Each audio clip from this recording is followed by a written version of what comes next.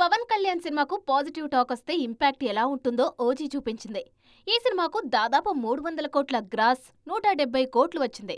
అదే ఊపులో ఉస్తాద్ భగత్ సింగ్ వస్తుండగా దీనికి దాదాపు 130 కోట్ల టార్గెట్ సెట్ అయిందని తెలుస్తుంది. ఓజీ ఇంపాక్ట్ ఖచ్చితంగా ఉస్తాద్ ఓపెనింగ్స్ పై ఉంటుంది. హిట్ టాక్ వస్తే ఈ టార్గెట్ పవన్ కు పెద్ద విషయమేం కాదనేది మేకర్స్ నమ్మకం. పవన్ మార్కెట్ దృష్టిలో పెట్టుకుని డిస్ట్రిబ్యూటర్లు ఉస్తాద్ భగత్ సింగ్ సినిమా కోసం భారీ రేట్లకు రైట్స్ కొనేస్తున్నారు.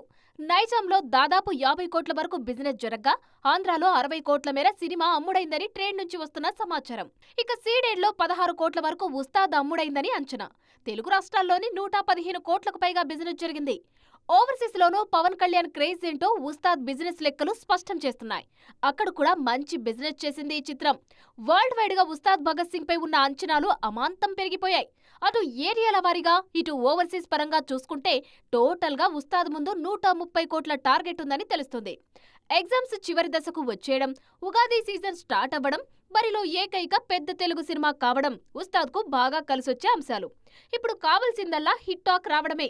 అది గాని వచ్చిందా పవర్ స్టార్ సునామీ ఆపడం అంత ఈజీ కాదు.